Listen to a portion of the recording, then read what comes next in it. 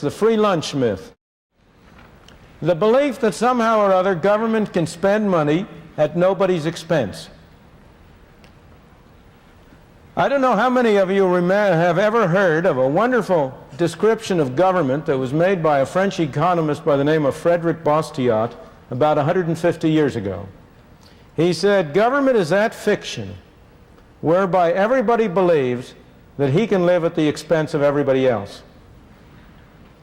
And that is the free lunch myth. The myth that somehow or other government can provide goods and services, can spend money at nobody's expense. Now, the particular form which that myth takes is very specific. It has two parts. One part is the belief that somehow or other you can tax business without consumers or workers or individuals paying for it. Somehow business is a big source, a big cornucopia out there that can be taxed at no cost. And the other form the myth takes is that you can create money at no cost. That if you turn the printing press, if you produce those greenbacks, that will enable people to become richer with nobody becoming poorer.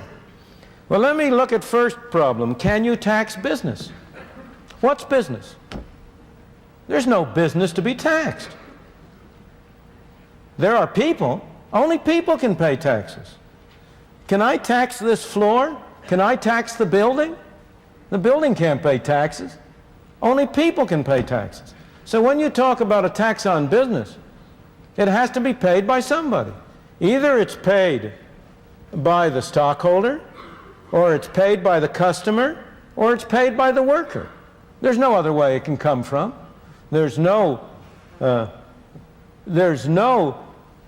Santa Claus, no tooth fairy that's going to provide a source by which the government can spend money that doesn't come from somebody. Somebody has to pay. And yet, over and over again, you hear the claim, oh, we must not increase taxes on individuals, we'll increase taxes on business, in connection with the current discussion of Social Security. This fiction arises. There is a fiction that the Social Security tax is half on the individual and half on the employer. That the individual only pays 5.75%, the employer pays an equal amount. That's nonsense. That's bookkeeping. That's not economics. That's not reality. The part that the employer pays is part of his wage cost.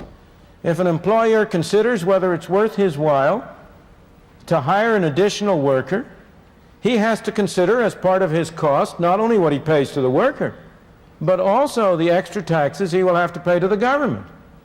It makes no difference to the employer at all if he pays the worker a bigger check and the worker pays a larger part of that directly to the government, or he pays the worker a smaller check, but in addition has to send a check to Washington. What matters to him is the total number of dollars it costs him to hire an additional person.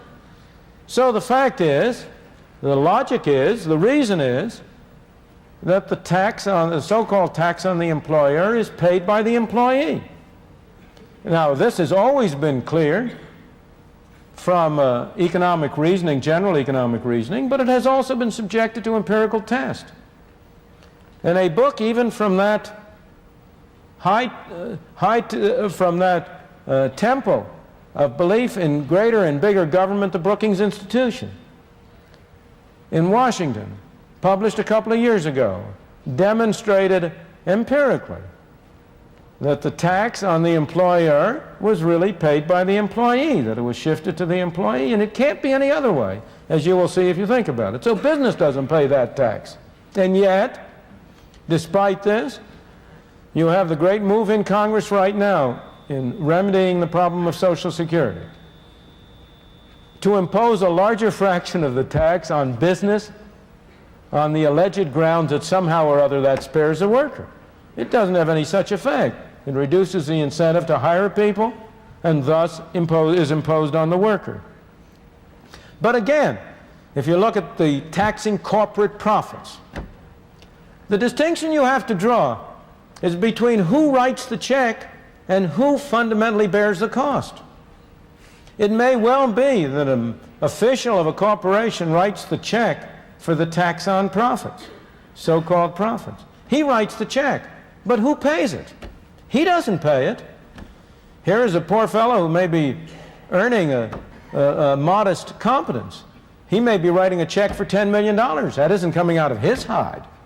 Where's that $10 million coming from? It has to come from the proceeds of the goods and services which the enterprise sells.